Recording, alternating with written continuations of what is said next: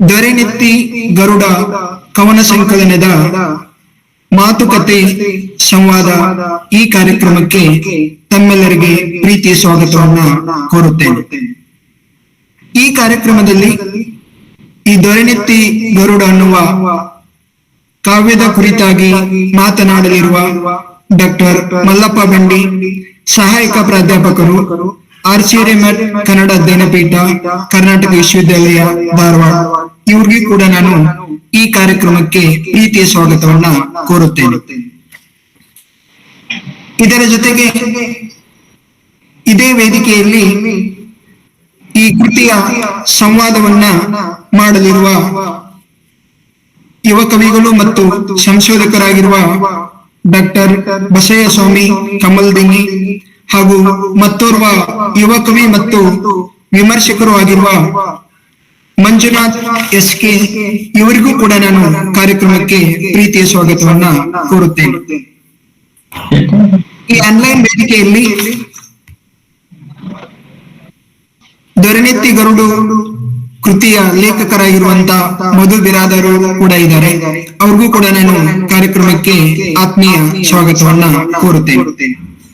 ಹಾಗೂ ಕನ್ನಡ ನಾಡಿನ ಅನೇಕ ಯುವ ಕವಿಗಳು, ಸಾಹಿತಿಗಳು, ಲೇಖಕರು, ಸಾಹಿತ್ಯಾಸಕ್ತರು ಕೂಡ ಈ ಆನ್ಲೈನ್ ವೇದಿಕೆಯಲ್ಲಿ ಇದ್ದಾರೆ. ಎಲ್ಲರಿಗೂ ನಾನು ಪ್ರೀತಿಯಿಂದ ಸ್ವಾಗತವನ್ನ ಕೋರುತ್ತೇನೆ. ಮೊದಲಿಗೆ ಈ ಕೃತಿಯ ಕುರಿತು ಮಾತನಾಡಲಿರುವ ಡಾಕ್ಟರ್ ಮಲ್ಲಪ್ಪ ಬಂಡಿ ಅವರ ಬಗ್ಗೆ ಧಾರವಾಡ ಭಾಗದ ಹೆಚ್ಚಿನ ಸಾಹಿತ್ಯಾಸಕ್ತರಿಗೆ ಅವ್ರ ಬಗ್ಗೆ ಗೊತ್ತಿರೋದೇನೆ. ಅದರ ಆಚೆಗೇನು ಅವ್ರ ಬಗ್ಗೆ ಒಂದೆರಡು ಮಾತುಗಳನ್ನ ನಾನು ಹೇಳಿ ಬಯಸ್ತೇನೆ. ಆಧುನಿಕ ಕನ್ನಡ ಖಂಡಕಾವ್ಯದ ಕುರಿತು ಸಂಶೋಧನೆಯನ್ನು ಡಾಕ್ಟರ್ JM ನಾಗಯ್ಯ ಅವರ ಮಾರ್ಗದರ್ಶನದಲ್ಲಿ ಸಲ್ಲಿಸಿ ಕರ್ನಾಟಕ ವಿಶ್ವವಿದ್ಯಾಲಯದಿಂದ ಅವರು PhD ಪದವಿಯನ್ನ ಪಡೆದಿದ್ದಾರೆ. ಮಧು ಏನೋ ಹೇಳ್ತಾ ಇದೆ? ಇಲ್ಲ, ಏನಿಲ್ಲ, ಹೇಳು. ಜೊತೆಗೆ ಮಲ್ಲಪ್ಪ ಬಂಡಿ ಅವರು ಸಂಶೋಧಕರಾಗಿ ಮತ್ತು ವಿಮರ್ಶಕರಾಗಿ ಗುರುತಿಸಿಕೊಂಡಿದ್ದಾರೆ. ಅನುರಣನ ಅನ್ನೋದು ಅವರು ಸಂಶೋಧಾತ್ಮಕವಾಗಿ ಪ್ರಕಟಿಸಿರುವಂತಹ ಕನ್ನಡದ ಬಹುಮುಖ್ಯ ಗ್ರಂಥ. ಅವರಿಗೆ ಸಾಹಿತ್ಯದ ಸಾಂಪ್ರದಾಯಿಕ ಓದು ಮತ್ತು ಆಧುನಿಕ ಓದು ಎರಡನ್ನೂ ಮೈಗೂಡಿಸಿಕೊಂಡು ಸಮಕಾಲೀನ ಕನ್ನಡ ಸಂಶೋಧನೆ ಮತ್ತು ವಿಮರ್ಶೆಗೆ ಹೊಸ ಒಂದು ವೈಧಾನಿಕತೆಯನ್ನ ನೀಡ್ತಾ ಇರುವಂತ ಒಬ್ಬ ನಮ್ಮ ನಡುವಿನ ಪ್ರಮುಖ ಚಿಂತಕ ಮತ್ತು ಬರಹಗಾರ ಡಾಕ್ಟರ್ ಮಲ್ಲಪ್ಪ ಬಂಡಿ ಅವರು. ಅವರು ಮಧು ಬಿರಾದವರವರ ಎರಡನೇ ಸಂಕಲನ ದೊರೆನೆತ್ತಿಯ ಗರುಡ, ಈ ಕೃತಿ ಕುರಿತಾಗಿ ಅವರು ಸುಮಾರು ಒಂದು 40 ನಿಮಿಷಗಳವರೆಗೆ ಮಾತಾಡ್ಬೇಕಂತ ಹೇಳಿ ನಾನು ವೇದಿಕೆಯನ್ನು ಅವರಿಗೆ ಬಿಟ್ಕೊಡ್ತೀನಿ. ಧನ್ಯವಾದಗಳು.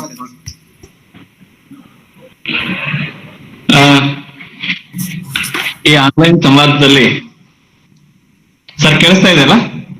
ಸರ್ ಕೇಳಿಸ್ತಾ ಇದೆ. ಈ ಆನ್ಲೈನ್ ಸಂವಾದದಲ್ಲಿ ಭಾಗಿಯಾಗಿರುವ ಎಲ್ಲ ಕಾವ್ಯಾಸಕ್ತರೇ ನಮಸ್ಕಾರ.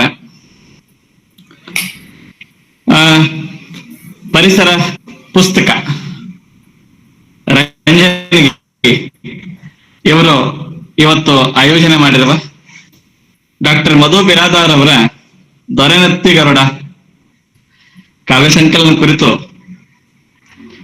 ಒಂದು ಸಂವಾದ ಮತ್ತು ಮಾತುಕತೆಯ ಈ ಕಾರ್ಯಕ್ರಮಕ್ಕೆ ಭಾಗಿಯಾಗಿರುವ ಎಲ್ರಿಗೂ ನನ್ನ ಮತ್ತೊಂದು ಸಾರಿ ನಮಸ್ಕಾರಗಳು. ಅಕ್ಷರ ಲೋಕದಲ್ಲಿ ರಂಜನಿಗೆಯನ್ನ ಅಕ್ಷರ ಲೋಕದ ಮಾನಚಿತ್ರದಲ್ಲಿ ರಂಜನಿಗೆಯನ್ನ ಪರಿಸರ ಪುಸ್ತಕದ ಮೂಲಕ, ಒಂದು ಪ್ರಕಾಶನ ಸಂಸ್ಥೆಯ ಮೂಲಕ ನೆಲೆಗೊಳಿಸಲು ಹೊರಟಿರುವ ಮಿತ್ರರಾದ ದಾವಣಗೆರೆ ವಿಶ್ವವಿದ್ಯಾಲಯದ ಪ್ರೊಫೆಸರ್ ಮಹಾಂತೇಶ್ ಪಾಟೀಲ್ ಸರ್ ಅವರೇ, ಹಾಗೆ ನನ್ನೊಂದಿಗೆ ಸಂವಾದದಲ್ಲಿ ಪಾಲ್ಗೊಳ್ತಾ ಇರುವ ಡಾಕ್ಟರ್ ಬಸಯ್ಯ ಸ್ವಾಮಿ ಕಮಲ್ದಿಂಗಿ ಅವರೇ, ಶ್ರೀಯುತ SK ಮಂಜುನಾಥ್ ಅವರೇ, ಮತ್ತು ನನ್ನ ಬಹುಕಾಲದ ಸ್ನೇಹಿತರು ಆಗಿರುವ ಮಧು ಬಿರಾದರ್ ಅವರೇ, ಈ ಸಂವಾದದಲ್ಲಿ ಭಾಗಿಯಾಗಿರುವ ಹಿರಿಯರು ಹೊಸತಲೆಮಾರಿನ ಬರಹಗಾರರ ಬಗ್ಗೆ ತೀವ್ರವಾದ ಆಸಕ್ತಿ, ಕಾಳಜಿ ಇಟ್ಕೊಂಡಿರುವ ಶ್ರೀಯುತ ಚೆನ್ನಪ್ಪ ಅಂಗಡಿ ಸರ್ ಅವರೇ ಮತ್ತು ಈ ವೇದಿಕೆಯಲ್ಲಿ ಭಾಗಿಯಾಗಿರುವ ಅನೇಕ ಸ್ನೇಹಿತರೆ, ನಾನು ಮಧು ಅವರ ದೊರೆನತ್ತಿಗರುಡ ಸಂಕಲನದ ಬಗ್ಗೆ ಮಾತಾಡೋದಕ್ಕೆ ಕೇಳ್ಕೊಂಡಾಗ ಒಂದು ಹಿಂಜರಿಕೆಯಿಂದಲೇ ಒಪ್ಕೊಂಡೆ. ಕಾರಣ ಏನು ಅಂದ್ರೆ, ಈ ಪಾಠ ಪ್ರವಚನಗಳು ತೊಡಗಿರೋ ಮಾಸ್ತರ್ಗಳದ್ದು ಒಂದು ಮಿತಿ ಏನಂತ ಹೇಳಿದ್ರೆ, ಹಳೆ ಕಾವ್ಯ ಬಹಳ ಅದರ ದಲಿತ ಬಂಡಾಯದವರೆಗೂ ಬಂದು ಅದನ್ನು ಚರ್ಚೆ, ವಿಶ್ಲೇಷಣೆ, ವ್ಯಾಖ್ಯಾನಗಳಿಗೆ ಒಳಪಡಿಸ್ತಾ ನಮ್ಮ ವರ್ತಮಾನ ಕಾಲದ ಬರಹಗಾರರ ಬಗ್ಗೆ ಏನೋ ಒಂದು ತರದ ಮೌನ ಅಥವಾ ಅನುದ್ದೇಶಿತ ಉಪೇಕ್ಷೆಯ ಮನೋಭಾವದಲ್ಲಿರುವ ಒಂದು ಸನ್ನಿವೇಶ ನಿರ್ಮಾಣ ಆಗಿರುವ ಹೊತ್ತಿನಲ್ಲಿ ಹೊಸಕಾಲದ ಬರಹಗಾರರ ಕಾವ್ಯದ ಆಸ್ಥೆಗಳು, ಆಶಯಗಳು, ಅವರ ಕಾವ್ಯದ ಒಟ್ಟು ಮೌಲ್ಯ ಪ್ರಜ್ಞೆ ಕುರಿತು ನಮ್ಮ ಚಿಂತನೆ ಏನು ಅನ್ನೋದನ್ನ ಪ್ರಕಟಿಸಬೇಕಾದ ತುಂಬಾ ಅಗತ್ಯ. ಈ ಹಂತದಲ್ಲಿ ನನಗೆ ಮಧು ಬಿರಾದರ್ ಸ್ನೇಹಿತರಾಗಿ MA ತರಗತಿಗಳಲ್ಲಿ ನಮ್ಮ ಅತಿ ನಿಕಟ ಸಹವಾಸ ಸಂಬಂಧ ಇದ್ದದ್ರಿಂದ ಅವರ ಕಾವ್ಯದ ಬೆಳವಣಿಗೆಯ ಮೊದಲ ಘಟ್ಟದಿಂದಲೂ ಅದರ ವಿಕಾಸ ಕ್ರಮದ ಬಗ್ಗೆ ನನಗೊಂದಿಷ್ಟು ಪರಿಚಯವಿರುವ ಕಾರಣಕ್ಕೆ ನನ್ನನ್ನ ಮಾತಾಡ್ಲಿಕ್ಕೆ ಹೇಳಿದ್ದಾರೆ ಅಂದ್ಕೊಂಡು ಕೆಲವು ಮಾತುಗಳನ್ನ ಆಡೋದಿಕ್ಕೆ ಬಯಸ್ತಾ ಇದ್ದೇನೆ. ಈ ಕಾಲದ ಕಾವ್ಯದ ಬಗ್ಗೆ ಮಾತಾಡೋದು ಅಂತ ಹೇಳಿದ್ರೆ ಅದು ಒಂದು ನೆಲೆಯಲ್ಲಿ ಕತ್ತಿ ಅಂಚಿನ ನಡಿಗೆ. ಯಾಕಂತ ಹೇಳಿದ್ರೆ ಪ್ರತಿಯೊಂದು ವಿಮರ್ಶೆಯು ಆಡುವ ಮಾತು ಕೂಡ ಈಗ ಯಾವುದಾದ್ರೂ ಒಂದು ಸೈದ್ಧಾಂತಿಕ ತರಹದಿಗೆ ಸೇರುತ್ತೆ ಎನ್ನುವ ಗುಮಾನೆಯಿಂದ ನೋಡುವ, ಅಂದ್ರೆ ಅದನ್ನ ತುಂಬಾ ಏನಂತೀರಿ, ಬೇಲಿ ಮೇಲಿನ ನಡಿಗೆ, ಅದು ತಂತಿ ಮೇಲಿನ ನಡಿಗೆ. ಹೀಗಿರುವ ಹೊತ್ತಿನಲ್ಲಿ DR ಒಂದು ಮಾತು ನಾನು ನೆನಪಿಸ್ಕೊಳ್ತಾ ನನ್ನ ಕಾವ್ಯದ ಒಟ್ಟು ಧೋರಣೆ ಏನು, ನನ್ನ ಮಾತಿನ ಒಟ್ಟು ಧೋರಣೆ ಏನು ಅನ್ನೋದಕ್ಕೆ ಅದು ಈ ಮಧು ಅವರ ಕಾವ್ಯದ ಒಟ್ಟು ಧೋರಣೆಗೂ ಅನ್ವಯಿಸುವ ಮಾತಾಗಿರೋದ್ರಿಂದ ಅದನ್ನ ಹೇಳಿ ನನ್ನ ಮಾತನ್ನು ಶುರು ಮಾಡ್ಬೇಕು ಅನ್ಸುತ್ತೆ. ಅದೇನು ಅಂತ ಹೇಳಿದ್ರೆ, ಧರ್ಮಕ್ಕೆ ಪಾವಿತ್ರ್ಯದ ಹುಚ್ಚು, ಕಾವ್ಯಕ್ಕೆ ಪಾಪದ ಹುಚ್ಚು ಅಂತ. ಲೋಕದ ಕೆಡಕು, ಅದರ ಅನಾಚಾರ, ಅದರ ಆಚೆಗೂ ಒಳಿತನ್ನ ಬಯಸುವ, ಸುಖವನ್ನ ಬಯಸುವ ಮನೋಧರ್ಮ, ಅಂಥ ಆಶಯಗಳನ್ನ, ಅಂದ್ರೆ ಕೇಡನ್ನ ಮೀರುವ, ಪಾಪವನ್ನು ದಾಟುವ, ಮತ್ತೆ ನಿರಾಶೆಯ ಕೂಪದಿಂದ ಹೊಸ ಆಶಾವಾದದ ಬೆಳಕಿನ ದೀಪವನ್ನು ಹೊತ್ತಿಸುವ ಕಾವ್ಯ ಈ ಕಾಲದಲ್ಲೂ ಹುರುಸಾಗಿ ಬರುತ್ತಿದೆ ಎನ್ನುವುದಕ್ಕೆ ಮಧು ಬಿರಾದರ್ ಅವರ ದೊರೆನೆತ್ತಿಗರುಡ ಸಂಕಲನ ಮತ್ತು ಅವರ ಮೊದಲ ಸಂಕಲನ ಕಾಲದ ರಸೀದಿಯ ಪುಟ, ಇವೆರಡೂ ಸಾಕ್ಷಿ. ಈ ಎರಡೂ ಕಾವ್ಯಗಳ ಒಟ್ಟು ದೃಷ್ಟಿ ಮತ್ತು ಧೋರಣೆಗಳಲ್ಲಾಗಿರುವ ಪಲ್ಲಟ ಏನು ಅನ್ನೋದ್ರ ಬಗ್ಗೆ ಕೂಡ ನಾನು ಮಾತಾಡೋದಿದ್ದೇನೆ. ದೊರೆನೆತ್ತಿಗರುಡ ಸಂಕಲನವೇ ಇವತ್ತಿನ ಚರ್ಚೆಯ ಕೇಂದ್ರ ವಿಷಯವಾದ್ರೂ ಮಧು ತಮ್ಮ ಮೊದಲ ಸಂಕಲನದಿಂದ ಎರಡನೇ ಸಂಕಲನಕ್ಕೆ ಬರೋ ಹೊತ್ತಿಗೆ ಅವರ ಕಾವ್ಯ ವಿಕಾಸ ಯಾವ ಮಟ್ಟದ್ದು ಮತ್ತು ಯಾವ ಪ್ರಮಾಣದ್ದು, ಅದರ ವೈಚಾರಿಕ ನೆಲೆಗಳು ಏನೆಲ್ಲ ರೂಪಾಂತರಗಳಿಗೆ ಪಕ್ಕಾಗಿವೆ ಅನ್ನೋದನ್ನ ಮಾತಾಡ್ಬೇಕಾಗತ್ತೆ. ಹೀಗೆ ಮಾತಾಡುವಾಗ್ಲೂ ಮಧು ಅವರ ದೊರೆನೆತ್ತಿಗರುಡ ಸಂಕಲನದ ಒಂದು ಪದ್ಯದ ಒಂದು ಮಾತಿದೆ, ಒಂದು ಸಾಲಿದೆ. ಅದೇನಂತ ಹೇಳಿದ್ರೆ, ಈಗ ಮಾತು ಮಯನ ಅರಮನೆ ಕಟ್ಟಿದಂತೆ ಆಗಿದೆ ಅಂತ. ಹಾಗಾಗಿ ನಮ್ಮ ಈ ಹೊತ್ತಿನ ವಿಮರ್ಶೆ ಮಾತಿನ ಮೂಲಕ ಮತ್ತೊಂದು ಮಯನ ಅರಮನೆಯನ್ನ ಕಟ್ಟುವ ಅಪಾಯವನ್ನು ದಾಟುವ ತೀರಾ ತುರ್ತು ಕೂಡ ಈ ಹೊತ್ತಿನಲ್ಲಿ ಇದೆ. ಹಾಗಾಗಿ ಮಯನ ಅರಮನೆ ಕಟ್ಟದ ಅಥವಾ ಕಟ್ಟುವ ಅಪಾಯದಿಂದ ತಪ್ಪಿಸಿಕೊಳ್ಳುವ ಎಚ್ಚರಿಕೆಯಿಂದಲೇ ನಾನು ಇವರ ಕಾವ್ಯವನ್ನು ಕುರಿತು ಮಾತಾಡಬೇಕಾಗಿದೆ. ಮಧು ಅವರ ಈ ಸಂಕಲನ ಇದೆಯಲ್ಲ, ದೊರೆನೆತ್ತಿಗರುಡ, ಇದರಲ್ಲಿ 46 ಕವಿತೆಗಳಿವೆ. ಬಹಳ ವಸ್ತು ವೈವಿಧ್ಯತೆಯಿಂದ ಕೂಡಿದ ಸಂಕಲನ ಇದು. ಇದರಲ್ಲಿ ವರ್ತಮಾನದ ಸಂಕಟಗಳಿಗೆ, ಸುತ್ತಲಿನ ಸಾಮಾಜಿಕ ವಿಷಮಿತಗಳಿಗೆ ಪ್ರತಿಕ್ರಿಯಿಸುವ ರಿಯಾಕ್ಷನರಿ ಸ್ವರೂಪದ ಕಾವ್ಯ ಇದೆ. ಏಕಾಂತದ ಕ್ಷಣಗಳಲ್ಲಿ ತನ್ನೊಳಗೆ ತಾನೇ ಉಸಿರಿಕೊಂಡ ಪಿಸುಮಾತುಗಳ ಏಕತಾನತೆಯೂ ಇದೆ. ಹಾಗೆ ವ್ಯಂಗ್ಯದ ಪಾತಳಿಯಲ್ಲಿ ಸಾಗುವ ಲೋಕದ ಕೀಡಿಗೆ ಒಂದು ಕನ್ನಡಿ ಹಿಡಿದು ತೋರಿಸುವ, ಮತ್ತೆ ಕೊನೆಗೆ ಎಲ್ಲವನ್ನು ದಾಟಿ ನಿಷ್ಠುರವಾದ ಆಶಾವಾದವನ್ನ ಕಾಣುವ ಹೆಬ್ಬೈಕೆ ಇರುವ ಕಾವ್ಯ ಇದು.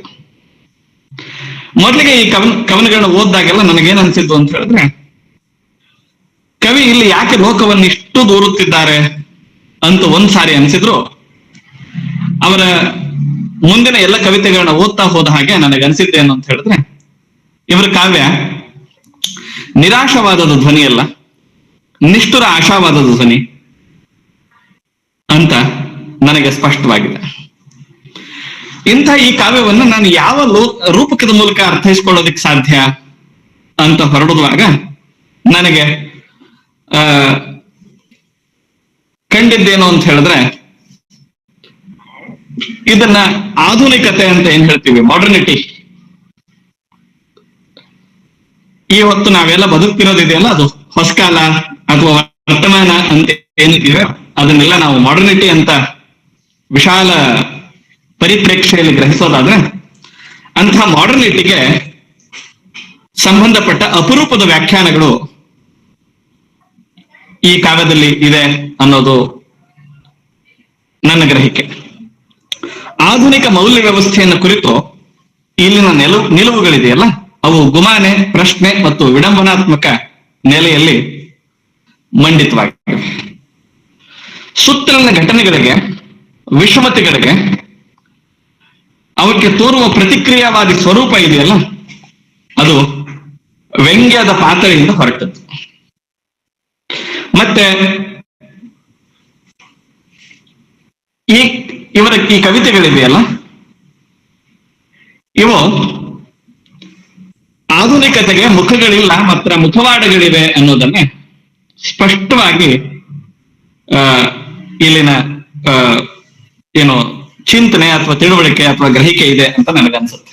ನಾನು ಇವಕ್ಕೆಲ್ಲದಕ್ಕೂ ಒಂದೊಂದು ಉದಾಹರಣೆಗಳನ್ನ, ನಿದರ್ಶನಗಳು ಕೊಟ್ಟು ಮುಂದೆ ಸ್ವಲ್ಪ ನನ್ನ ಒಟ್ಟು ಸೂತ್ರ ಅಂದ್ರೆ ಸೂತ್ರಬದ್ಧವಾಗಿ ನನ್ನ ಒಟ್ಟು ನಿಲುವು ಏನು ಅನ್ನೋದನ್ನ ಮೊದಲು ಹೇಳ್ತಾನೆ, ಅದಕ್ಕೆ ಪ್ರಮೇಯಗಳನ್ನ ಮಂಡಿಸ್ತಾನೆ, ಅದಕ್ಕೆ ಆಧಾರಗಳನ್ನ ಒದಗಿಸಿ ಮಾತನ್ನ ಮುಂದುವರಿಸೋದಕ್ಕೆ ಸಾಧ್ಯ ಅಂತ ಅನ್ಕೊಳ್ತೇನೆ.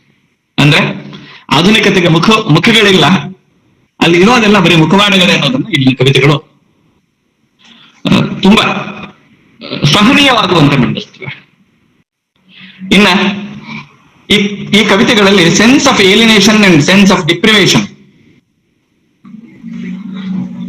ಈ ಕಾವ್ಯದ ಆದ್ಯಂತದಲ್ಲಿ ಹರಡಿಕೊಂಡಿದೆ. ಅನಾಥ ಪ್ರಜ್ಞೆ ಮತ್ತೆ ತುಳಿತಕ್ಕೊಳಗಾದವನ ವೇದನೆ, ಇವೆರಡು ಈ ಕಾವ್ಯಗಳ ಒಟ್ಟು ಧೋರಣೆಯನ್ನ ರೂಪಿಸಿವೆ ಅಂತ. ಈ ಕಾಲದಲ್ಲಿ ಬರೆಯುತ್ತಿರುವವರಲ್ಲಿ ನನಗೆ ವೈಯಕ್ತಿಕವಾಗಿ ಇದು ಬೇರೆಯವರಿಗೆ ಹಾಗೆ ಎನ್ನಿಸ್ತೇಯೂ ಇರಬಹುದು. ಪ್ರಾಯಶಃ ಸಂವಾದದಲ್ಲಿ ಮಂಜುನಾಥ್ ಅವರು ಮತ್ತೆ ಶ್ರೀಯುತ ಬಸಯ್ಯ ಸ್ವಾಮಿ ಅವರು ಇದ್ರ ಬಗ್ಗೆ ಮಾತಾಡ್ತಾರೆ ಅಂದ್ಕೊಳ್ತೇನೆ. ಅದೇನು ಅಂತ ಹೇಳಿದ್ರೆ, ಸಮೂಹ ಗಾನದ ಧ್ವನಿಯೇ ಅಥವಾ ಕಲ್ಪಿತ ಆಸ್ಥೆಗಳನ್ನೇ ಭ್ರಮಿಸಿಕೊಂಡು, ಆರೋಪಿಸಿಕೊಂಡು, ಕಾವ್ಯಕ್ಕೆ ವಸ್ತು ಮಾಡಿಕೊಂಡು ಅದು ತನ್ನ ವೈಯಕ್ತಿಕ ಸಂವೇದನೆ ಎನ್ನುವಂತೆ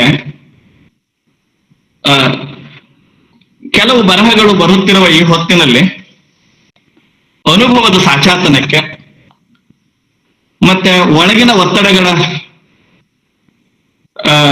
ಏನಿದೆ, ವರ್ತಮಾನದ ತಾನು ಭಾಗವಾಗಿರುವ ಸಾಮಾಜಿಕ ವ್ಯವಸ್ಥೆಯೊಳಗಿನ ಒತ್ತಡಗಳು ರೂಪಿಸಿದ ಒಟ್ಟು ಸಂವೇದನೆಯನ್ನೇ ತಮ್ಮ ಕಾವ್ಯಕ್ಕೆ ವಸ್ತುವಾಗಿಸಿಕೊಂಡಿರೋದ್ರಲ್ಲಿಯೇ ಮಧು ಅವರ ಕಾವ್ಯದ ಮೇಲ್ಮೆ ಇದೆ. ಅದರ ಏನಂತ ಹೇಳ್ಬೋದು ಅಂತ ಹೇಳಿದ್ರೆ, ಅದರ ಒಟ್ಟು ಮೌಲಿಕತೆ ಇದೆ ಅಂತ ಹೇಳಬೇಕು. ಹೀಗೆ ಮಾತಾಡುವಾಗ ನಮ್ಗೆ ಮಧು ಅವರ ಕಾವ್ಯ ಏನೆಲ್ಲ ಪಲ್ಲಟಗಳಿಗೆ ಒಳಗಾಗಿದೆ, ಅವರ ವಿಕಾಸ ಕ್ರಮ ಏನು ಅಂದ್ರೆ ಹಿಂದಿನ ಸಂಕಲನದಿಂದ ಇಲ್ಲಿಗೆ ಅಂತ ಸ್ವಲ್ಪ ನೋಡಿದ್ರೆ, ಅವರ ಮೊದಲ ಸಂಕಲನ ಕಾಲದ ರಸೀದಿ ಪುಟದಲ್ಲಿ ಒಂದು ಕವಿತೆ ಇದೆ, ಅದೇ ಶೀರ್ಷಿಕೆಯ ಒಂದು ಕವಿತೆ. ಅದರಲ್ಲಿ ಅವ್ರು ಏನ್ ಹೇಳ್ತಾರೆ, ಕಾವ್ಯ ಆರಂಭ ಆಗೋದೇ ಬಹಳ ವಿಶಿಷ್ಟವಾಗಿ. ನಿಲ್ಲು ನಿಲ್ಲು, ನಾನು ಜಗತ್ತನ್ನೇ ಗೆಲ್ಲುತ್ತೇನೆ, ಶಬ್ದ ಮಾಡ್ತಾ ಇದ್ದೇನೆ, ಎಲ್ಲಾ ಅಸಮಾನತೆಯ ಕೊಳೆಗಳನ್ನೆಲ್ಲ ಕೊಚ್ಚಿ ಹಾಕ್ತೇನೆ ಅನ್ನುವ ಉತ್ಸಾಹ, ಭರಾಟೆ ಮತ್ತು ಒಂದು ತರದ ಆದರ್ಶ ಇದೆಯಲ್ಲ, ಅದು ಈ ಸಂಕಲನಕ್ಕೆ ಬರೋ ಹೊತ್ತಿಗೆ ತಣ್ಣಗಾಗಿದೆ. ಈ ಸಂಕಲನಕ್ಕೆ ಬರೋ ಹೊತ್ತಿಗೆ ಅವರು ಲೋಕದಲ್ಲಿ ಕೊಳೆ ಇದೆ, ಅದನ್ನೆಲ್ಲ ಒಂದಿಷ್ಟಾದ್ರೂ ಕಡಿಮೆ ಮಾಡಬೇಕು ಎನ್ನುವ ಪಣ ತೊಡೋದಕ್ಕೆ ಹೊರಡ್ತಾರೆ. ಉದಾಹರಣೆ ಕೊಟ್ಟು ಹೇಳೋದಾದ್ರೆ, ಅವರ ಒಂದು ಕವಿತೆ ಇದೆ, ನಾನೊಬ್ಬ ಕವಿ ಅಂತ. ಅವರದೇ ಒಂದು ಕವಿತೆ, ನಾನೊಬ್ಬ ಕವಿ ಅಂತ. ಮೊದಲನೇ ಸಂಕಲನದ ಕಾಲದ ರಸೀದಿ ಪುಟದಲ್ಲಿ ನಿಲ್ಲು ನಿಲ್ಲು, ಜಗತ್ತನ್ನೇ ಗೆಲ್ಲುತ್ತೇನೆ ಎನ್ನುವ ಉತ್ಸಾಹ, ಅಬ್ಬರ, ಆವೇಗ ಇತ್ತಲ್ಲ, ಈಗ ಅವರ ಎರಡನೇ ಸಂಕಲನಕ್ಕೆ ಬರೋ ಹೊತ್ತಿಗೆ ತನಗಾಗಿದೆ ಅಂತ ಹೇಳಿದ್ರೆ ನಿಷ್ಕ್ರಿಯವಾಗಿದೆ ಅಂತಲ್ಲ, ಬದಲಾಗಿ ಅದು ಅವರೇ ಆ ಕವಿತೆ ನಾನೊಬ್ಬ ಕವಿ ಅನ್ನೋ ಸಂಕಲನದ ಕವಿತೆಯ ಕೊನೆ ಭಾಗದಲ್ಲಿ ಬರುತ್ತೆ. ನಾನೊಬ್ಬ ಕವಿ ಇರುವ ಕಲುಷಿತವೇ ಶುದ್ಧೀಕರಿಸಿ ಜಗದ ಬೊಗಸೆಗೆ ಎರೆಯಲು ಪಣ ತೊಟ್ಟವನು ನಾನೊಬ್ಬ ಕವಿ ಅಷ್ಟೇ ಅಂತ ಹೇಳ್ಕೊಡುತ್ತಾರೆ. ಅಂದ್ರೆ ಅವರ ಕಾವ್ಯ ಮೊದಲ ಸಂಕಲನದ ಇದ್ದಂತಹ ಸರಳತೆಯಿಂದ ಈ ಕಡೆಗೆ ಸಂಕೀರ್ಣತೆಯ ಕಡೆಗೆ ಮುಖ ಮಾಡಿದೆ. ಎಲ್ಲ ಬಗೆಯ ಸಂಕೀರ್ಣತೆ, ಅನುಭವದ ಮಂಡನೆಯಲ್ಲಿ, ಅಭಿವ್ಯಕ್ತಿಯ ಕ್ರಮದಲ್ಲಿ, ಹಾಗೇನೆ ಅದು ನಂಬಿರುವ ಮೌಲ್ಯ ವ್ಯವಸ್ಥೆಯಲ್ಲಿ, ಎಲ್ಲದರಲ್ಲೂ ಸಂಕೀರ್ಣತೆ ಎರಡನೇ ಸಂಕಲನಕ್ಕೆ ಬರೋ ಹೊತ್ತಿಗೆ ಪ್ರಾಪ್ತವಾಗ್ತಾ ಇದೆ. ಹಾಗೆಯೇ ಆ ಸಂಕಲನದಲ್ಲಿ ಇರುವಂತೆ ಈ ಸಂಕಲನದಲ್ಲೂ ಕೂಡ ಪ್ರೀತಿ ಪ್ರೇಮದ ಬಗ್ಗೆ ಕವಿತೆಗಳಿವೆ.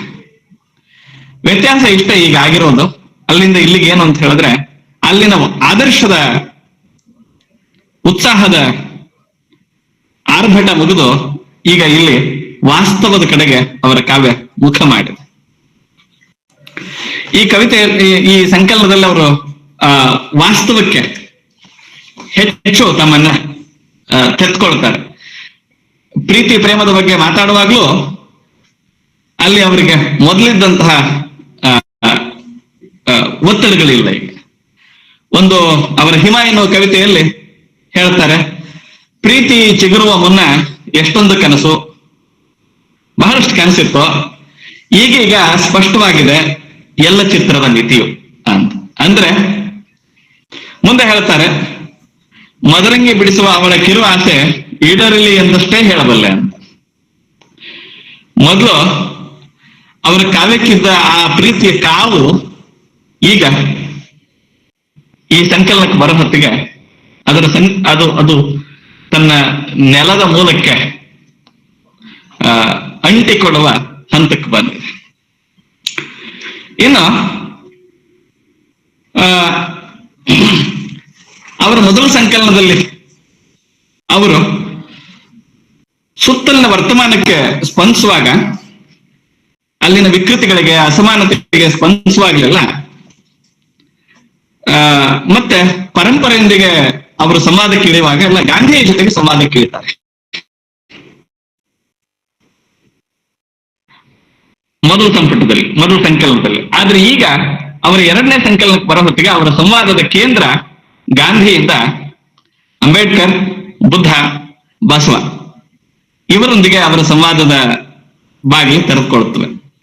ಅಂದ್ರೆ ಅವರಿಗೆ, ಅವರ ಕಾವ್ಯಕ್ಕೆ ಒಂದು ವೈಚಾರಿಕ ಪಲ್ಲಟ ಪ್ರಾಪ್ತವಾಗಿದೆ. 20ನೇ ಶತಮಾನದ ಎರಡು ಆಶ್ಚರ್ಯಗಳು ಅಂತ ಹೇಳಿದ್ರೆ, ಒಂದು ಮಹಾತ್ಮ ಗಾಂಧಿ, ಇನ್ನೊಂದು ಅನುಬಾಂಬು. ಇವೆರಡು ಆ ಶತಮಾನದ ಎರಡು ಗ್ರೇಟ್ ಕ್ರಿಯೇಷನ್ಸ್. ಇವೆರಡು ಆಸ್ಥೆಗಳು, ಗಾಂಧಿ ಮತ್ತು ಅನುಬಾಂಬು. ಮೊದಲ ಸಂಕಲನದಲ್ಲಿ ಗಾಂಧಿ ಅವನೊಂದಿಗೆ ಅವರು ನಡೆಸುವ ಸಂವಾದ, ಎರಡನೇ ಕವನ ಸಂಕಲನದಲ್ಲಿ ಯುದ್ಧ ಮತ್ತು ಅನುಬಾಂಬು ಹುಟ್ಟಿಸಿರುವ ಭಯಗಳ ಬಗ್ಗೆ ಅವರ ಕಾವ್ಯ ತಳೆಯುವ ನಿಲುವುಗಳಿವೆಯಲ್ಲ, ಅವು ಶಾಂತಿ ಮತ್ತು ಯುದ್ಧದ ಬಗ್ಗೆ ಅವರು ನಡೆಸುತ್ತಿರುವ ಜಿಜ್ಞಾಸೆ ಎರಡು ಮುಖ್ಯ ಮುಖಗಳು ಅಂತ ನನಗೆ ಕಾಣಿಸ್ತದೆ. ಅಂದ್ರೆ ಅವರ ಕಾವ್ಯ ಹೀಗೊಂದು ವೈಚಾರಿಕ ಪಲ್ಲಟಕ್ಕೆ ತನ್ನನ್ನ ತೆರೆದುಕೊಂಡಿದೆ ಇಲ್ಲಿ ಬರೋ ಹೊತ್ತಿಗೆ. ಆದ್ರೆ ಅವರು ತಮ್ಮ ಮೊದಲ ಸಂಕಲನದಲ್ಲಿ ಗಾಂಧಿಯೊಂದಿಗೆ ನಡೆಸಿದ ಸಂವಾದದಲ್ಲಿ ಇದ್ದಂತಹ ಮುಕ್ತತೆ, ಅವನ ಚಿಂತನೆಯನ್ನ ಪ್ರಶ್ನಿಸುವ, ಒಪ್ಪುವ, ನಿರಾಕರಿಸುವ ಎಲ್ಲ ಬಗೆಯ ಓಪನ್ನೆಸ್ ಇತ್ತಲ್ಲ, ಇಲ್ಲಿ ಬರೋ ಹೊತ್ತಿಗೆ ಹಾಗಾಗಿ ಉಳಿದಿಲ್ಲ. ಇಲ್ಲಿ ಬಾಬಾ ಅಥವಾ ಬಾಬಾ ಅಂತ ಅವರು ಕಾವ್ಯದೂತಕ್ಕೂ ಉಲ್ಲೇಖ ಮಾಡೋದು ಅಂಬೇಡ್ಕರ್ ಅವರನ್ನ. ಅವನ್ನ ಉಲ್ಲೇಖ ಮಾಡುವಾಗಲೆಲ್ಲ ಅವರು ಅಂಬೇಡ್ಕರ್ ಅವರೊಂದಿಗೆ ನಡೆಸುವ ಸಂವಾದ ಏನು ಅಂತ ಹೇಳಿದ್ರೆ, ಸುತ್ತಲಿನ ಸಾಮಾಜಿಕ ವಿಕೃತಿಗಳನ್ನ ಕಂಡು ಮರುಕದಿಂದ ನಿನ್ನ ದಾರಿಯಿಂದ ನಾವು ವಿಮುಖರಾಗಿದ್ದೇವೆ ಅಂತ ಅವನಲ್ಲಿ ತೋಡಿಕೊಳ್ಳುವ ವಿಷಾದದ ಧ್ವನಿ ಮಾತ್ರ ಇಲ್ಲಿ ಕಾಣಿಸುತ್ತೆ ನಮ್ಗೆ. ಇದು ಏನಂತ ಹೇಳೋದ ಅಂತ ಹೇಳಿದ್ರೆ, ಒಂದು ಬಗೆಯ ಭೀಮಾಲಾಪ. ಶಿವರುದ್ರಪ್ಪನವರ ಒಂದು ಕವಿತೆ ಇದೆಯಲ್ಲ, ಸುತ್ತಲಿನ ಕೆಡಕನ್ನೆಲ್ಲ ಕಂಡು ಏನೂ ಮಾಡಲಾಗದ ಅಸಹಾಯಕತೆಯ ಸ್ಥಿತಿಯಲ್ಲಿ ಆ ಹಾದಿಯಲ್ಲಿ ನಡೆದು ಬೆಳಕಿನ ದೀಪ ಹಚ್ಚಿದ ಬುದ್ಧ, ಬಸವ, ಅಂಬೇಡ್ಕರ್ ಇವರೊಂದಿಗೆ ನಡೆಸುವ ಸಂವಾದದ ಒಂದು ಮಾದರಿಯಾಗಿ ನಮ್ಗೆ ಇಲ್ಲಿ ಕಾಣಿಸುತ್ತೆ. ಇನ್ನು ಇವರ ಕಾವ್ಯದ ಒಟ್ಟು ವಸ್ತು ಧೋರಣೆಗಳ ಬಗ್ಗೆ ಮುಖ್ಯವಾಗಿ ನನಗೆ ಮುಖ್ಯವೆನಿಸಿದ, ಅಂದ್ರೆ ನನಗೆ ಮುಖ್ಯ ಅನಿಸಿದ್ದು, ಎಲ್ಲರಿಗೂ ಮುಖ್ಯ ಆಗ್ಬೇಕಾಗಿಲ್ಲ, ಆದ್ರೆ ನನಗೆ ಹಾಗೆ ನಾನು ಹಾಗೆ ಗ್ರಹಿಸಿದ ಕೆಲವು ಕವಿತೆಗಳನ್ನ ಇಟ್ಕೊಂಡು ಇವರ ಕಾವ್ಯದ ಒಟ್ಟು ಆಶಯಗಳ ದೃಷ್ಟಿಯಿಂದ ಹೇಳಬೇಕಾದದ್ದೇನು ಅಂತ ನಾನು ಅಂದ್ಕೊಳ್ಳೋದಿರೋದೇನು ಅಂತ ಹೇಳಿದ್ರೆ, ಇಂಗರ್ಸಾಲ್ ಅಂತ ಒಬ್ಬ ಅಮೆರಿಕನ್ ಚಿಂತಕ, ಅವನು ಆಧುನಿಕತೆಯ 3 ಮುಖ್ಯ ಹಸಿವುಗಳ ಬಗ್ಗೆ ಮಾತಾಡ್ತಾನೆ. Hunger of equality, hunger of liberty ಮತ್ತು ಹಂಗರ್ ಆಫ್ ಸ್ಪಿರಿಚುವಾಲಿಟಿ ಅಂತ. ಆಧುನಿಕತೆಯ 3 ಮುಖ್ಯ ಹಸಿವುಗಳೇನು ಅಂತ ಹೇಳಿದ್ರೆ, ಸಮಾನತೆಯ ಹಸಿವು, ಸ್ವಾತಂತ್ರ್ಯದ ಹಸಿವು ಮತ್ತು ಆಧ್ಯಾತ್ಮಿಕತೆಯ ಹಸಿವು. ಇಲ್ಲಿನ ಆಧ್ಯಾತ್ಮಿಕತೆ ಅನ್ನೋದು ದೇವರು, ದೈವ, ಧರ್ಮ ಈ ತರದ್ದಲ್ಲ, ತನ್ನ ಒಳಗಿನ ಚೈತನ್ಯ ಶಕ್ತಿಯನ್ನು ಕಂಡುಕೊಳ್ಳುವ ಹಸಿವು, ಆ ತರದ್ದು. ಇದು ಗಾಡ್ಲೆಸ್ ಸ್ಪಿರಿಚುವಾಲಿಟಿ ಅಂತ ಏನ್ ಹೇಳ್ತೀವಲ್ಲ, ಅಂದ್ರೆ ದೈವರಹಿತ ಆಧ್ಯಾತ್ಮಿಕತೆ ಅಥವಾ ಧರ್ಮರಹಿತ ಆಧ್ಯಾತ್ಮಿಕತೆ ಅಂತ. ನನಗೆ ಈ ಸಂಕಲನದ ಕವಿತೆಗಳಲ್ಲಿ ಉದಾಹರಣೆಗೆ ನಿನ್ನ ಬೆವರು ಘೋಷವಾಕ್ಯ, ಆಮೇಲೆ ಹರಾಮಿ ಚರಿತ್ರೆ, ದೇವರ ನೆಲದಲ್ಲಿ ಶಾಂತಿ, ಪಿತೃಹತ್ಯೆ ಶಿಶು, ದುಷ್ಕಾಲ ನುಂಗಿ ಅಮೃತ ಹಂಚೋಣ, ಈ ತರದ ಕವಿತೆಗಳಲ್ಲಿ ಕಾಣಿಸ್ತಿರೋದೇನು ಅಂತ ಹೇಳಿದ್ರೆ ಸಮಾನತೆಯ ಹಸಿವು. ಅಸಮಾನತೆಯ ಬೇರುಗಳನ್ನ, ಅದು ಅಸಮಾನತೆ ಅನ್ನೋದು ಯಾವೆಲ್ಲ ರೂಪಗಳಲ್ಲಿ ಇದೆಯಲ್ಲ, ಆ ಎಲ್ಲ ರೂಪಗಳನ್ನ ದಾಟುವ ಸಮಾನತೆಯ ಹಸಿವು, ಹಂಗರ್ ಆಫ್ ಇಕ್ವಾಲಿಟಿ ನನಗೆ ಈ ಸಂಕಲನದ ಕವಿತೆಗಳಲ್ಲಿ ಕಾಣಿಸ್ತದೆ.